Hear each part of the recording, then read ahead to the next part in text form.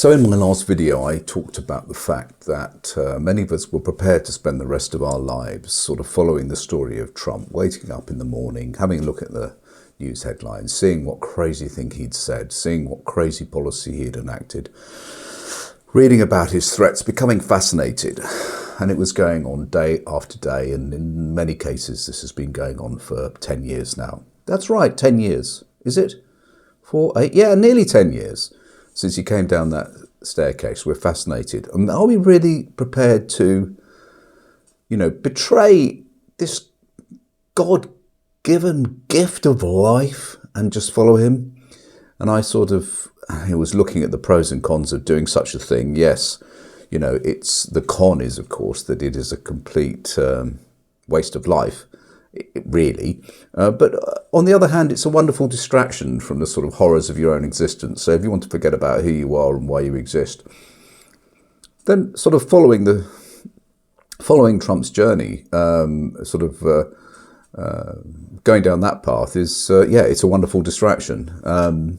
But, it's up to you to make your own decisions. Unfortunately, I don't think anybody's been listening to me because, of course, since he made his speech at this Davos, which, people thought was just complete nonsense from start to finish, and it was meandering, and it was just crazy. The sort of things that you've all been reading about in the last 3 or 4 days, the post-speech analysis. He sort of backtracked on Greenland. He said that other NATO soldiers always sort of hid in the back behind a rock while the hero American soldiers went forward. And, he's caused ruptures here, there and everywhere. He thinks he's done a deal on Greenland with the head of NATO without talking to Denmark or the Greenlanders, And anyway, he was doing the weave. Do you remember the weave? He was doing the weave, except he said that the weave, is great as long as you come back. But this time he weaved off in all sorts of different directions and never sort of came back to any point. And so, online we've got the hysteria, okay? And I don't blame the hysteria. That's what being online is about. It's about hysteria. It's about drama. It's about monetizing your channel. And so, you want to get in there, in the mud, in the dirt. Anyway, so because it was such a deranged speech, because Trump is now so deranged, the emphasis is on what's wrong with Trump. Now, I know people have been saying that for a while, but I don't know, in the past, when he was doing his rallies, he had a certain, I'm not going to use the word charisma, but he had a certain something which people kind of thought might be, a sort of clever wheeze, but now it's clear that he is, in some sense deranged. So there isn't anybody on YouTube or in the media who hasn't been trying to second guess what's wrong with him. And we've had all sorts of people who are now quacks and amateur psychologists, and they're trying to work out, what's wrong with Trump. So I thought we'd have a quick look at some of the things that they come up with. At the heart of this, I guess, is Trump suffering from dementia, for example, or is he an evil genius? Or, is he just a genius? And that's kind of at the heart of most of it. But we'll come to that a bit later. I don't know what you've been hearing because, of course, everybody now has their own television station. Okay, so I don't know what you've been watching on your own YouTube television station or wherever you get your news from, but it's kind of devoted to you. It pops up on your feed and that's the one you read and that's where you get your information from. So every single person alive, let's say the 4 billion active users of YouTube, they all have their own particular television station, which is obviously doing some form of idiosyncratic analysis on Trump. Okay, so we're all trying to. Let's have a look at one of the common ones. Is he suffering from dementia?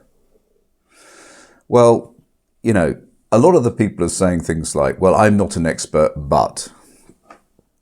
So we are admitting that we don't really know.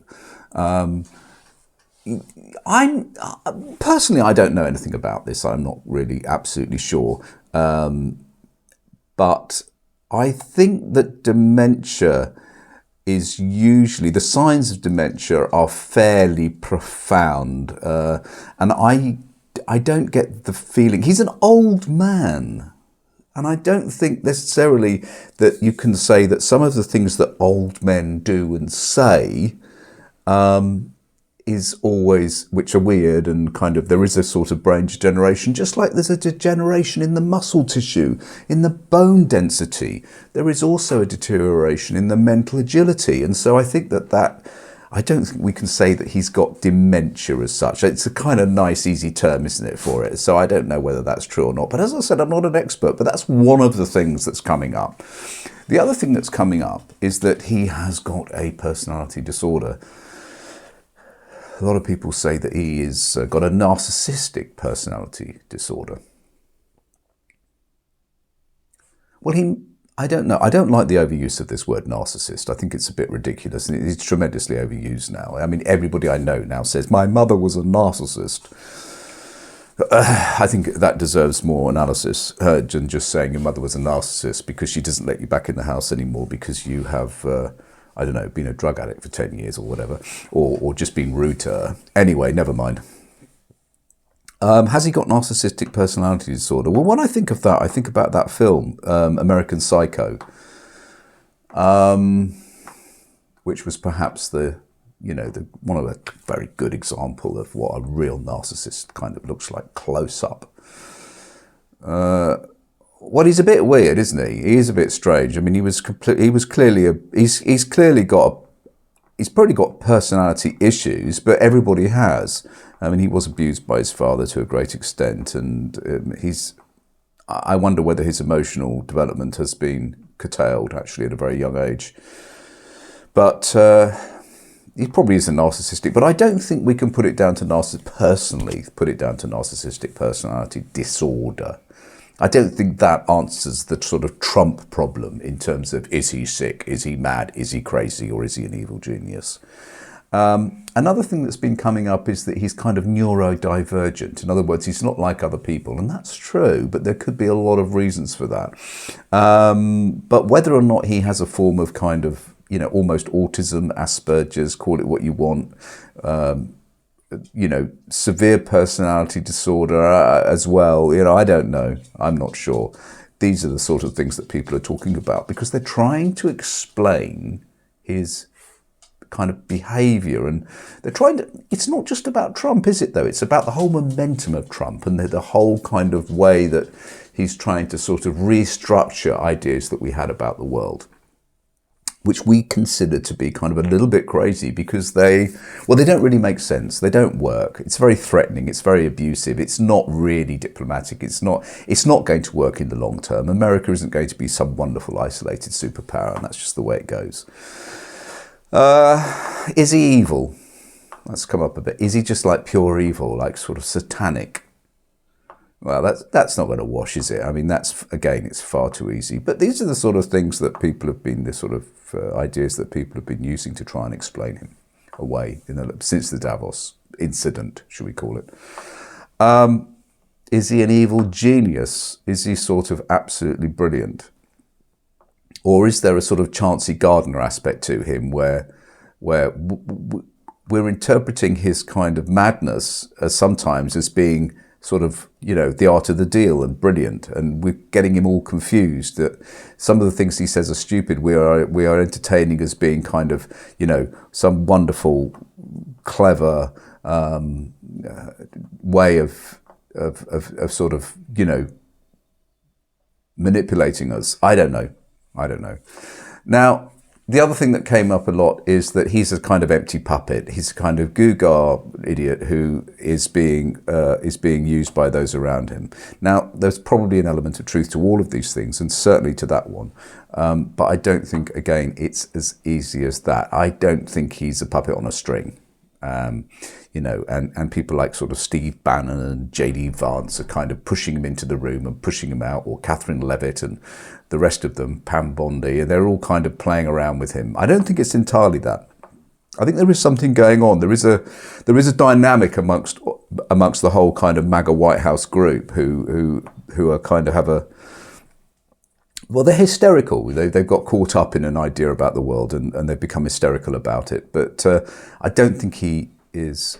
Now, is he sick? I mean, people talk about the fact that he's got this terrible bruising on his hand and he kind of blamed it. I bumped into a desk and all that kind of thing. Is he ill? He might well be ill because, I mean, most people are ill when they get older. I mean, most people are suffering from some form of chronic illness really after the age of 65, you know, one way or the other. So he might well be ill. But I don't think that his illness is necessarily impacting him and causing him to act in certain ways and, you know, make such sort of weird, strange, meandering, psycho-babbly rubbish speeches that just seem to, you know, make him look like a fool on the world stage. So I don't think that is. I mean, and finally, well, this is really my idea. I'm just throwing it in there. I'm not saying it's true or not. You know, is this what a man looks like when he is, and I've talked about this in many other videos, is this what a man looks like when he is unrestrained and very powerful? You know, is this what human looks like when very wealthy, very powerful, and completely unrestrained? I don't know. I'm going to add my own theory though to the mix, which is I call it the grandpa theory. And the grandpa theory is that we all know that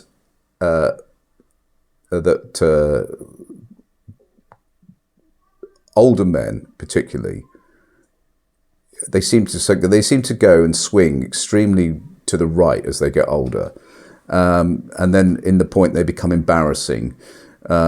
And we have to, at Christmas, when the family are around, we kind of like put them in an armchair and, you know, we have to be kind of careful what we say and what we think. And we don't want to upset Grandpa. So don't mention politics. Don't mention the state of the world. Don't mention anything. Just try and keep him happy. Sit him in front of the TV because when he talks, he tends to talk like, I don't know, like Fox News or the Daily Mail. And it's a kind of thing that happens to people. I don't know why. As the brain degenerates, they start saying very peculiar things. I don't know whether it comes out of a jealousy or bitterness or a kind of slight resentment that you're coming to the end of your life. But I've known many of these older men who have been perfectly reasonable during most of their life, and when they get into their 70s and even into their 80s, they start to say weird things like, they start to say, if I was Prime Minister or if I was President, you know, I'd get rid of them. I'd put them on the first boat home, kind of thing. I'm trying not to be too kind of rude, but basically they say things like, I can't stand black people. I think that they're, you know, whatever. Or I've never understood gays. I don't know. They get, even if you know, they start to become very weird. And I'm wondering whether or not there's an element of that. You know, is he like the granddad, staggering around the room with a kind of walking frame, knocking over wine glasses, veering to the right, racist, homophobic, bitter and resentful, like a lot of old men do become? I don't know. But I'm going to leave you with what I think is the truth. What I think of the truth is, and I'm going to use an analogy here, and I was going to use Dark Side of the Moon by Pink Floyd, but that's not really. I'm going to use a better one because I think that I'm going to use the analogy of Unknown Pleasures by Joy Division. Now, this was a record in a way that should never have been made. Here we have four lads from Manchester who could barely play an instrument, and you know, came from the sort of post-war ruins of one of the most sort of deprived industrial towns in the UK, in a sort of at the sort of birth of punk in a way, who somehow over a period of 3 days in a sort of rundown studio, managed to make a record, an album that sort of not only defined the era, but still now today, 50 years later, that is almost the soundtrack for the sort of post-human era that we are entering into. How could this have happened? They were basically teenagers when they started. I mean, I think they were only 20 and 21 maximum when they were in that studio. There was no money, and they went in there, and they just had a sort of collection of riffs and bits and bobs. And Ian Curtis, who of course famously committed suicide shortly afterwards, had written down his lyrics. And they went into that room, and 3 days later, they walked out again. And somehow, out of all of this, came a piece of art, really, a record, an album, called Unknown Pleasures, that, in a way, was sort of, it being so extraordinary, it was, without question, more than the sum of its parts. In fact, the sum of its parts they weren't inconsequential, but they individually, those parts could not have ever come together, and those parts could not have done this on their own. None of them. Nothing made sense about it. And of course, this is quite common. This happens a lot, but this is a really good example, because particularly as it is the soundtrack really for the future.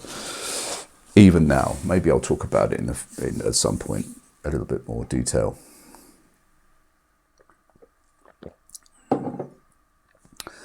Okay. So something happened. You put in all these kind of weird ingredients, a frog's leg, a bat's head, Peter Cook's bass line, Bernard Butler's weird, he can barely play not Bernard Butler, but Bernard, I can't remember his name, Bernard Summers, I think, I can't remember. He could barely play the guitar. And then by some miracle, there was a guy in the studio called Martin Hamnett who was left with this sort of bundle of noise. And he also kind of basically drank himself to death, who somehow managed to kind of make sense of it all and put it together. A man way ahead of his time in some ways, but like no producer had ever been before or since in many ways. And somehow he'd taken all this kind of noise of these lads, and he'd kind of given it space, and he'd given the production this sort of very strange kind of industrial sense in a way, almost like a sort of the ghosts and the echoes of the Industrial Revolution, and then the post-industrial breakdown of Britain was somehow inherent, somehow in there. I mean, you have to listen to it if you don't believe me.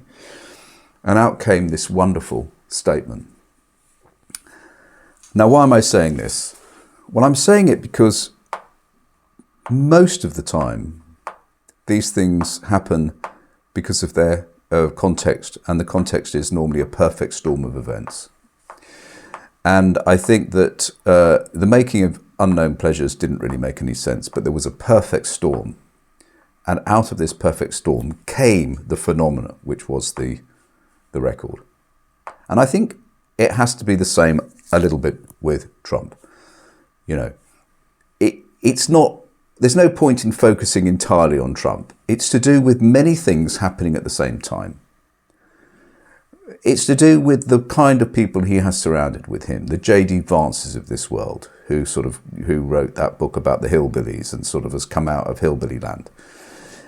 Mark Rubio, a very kind of opportunistic and ambitious man.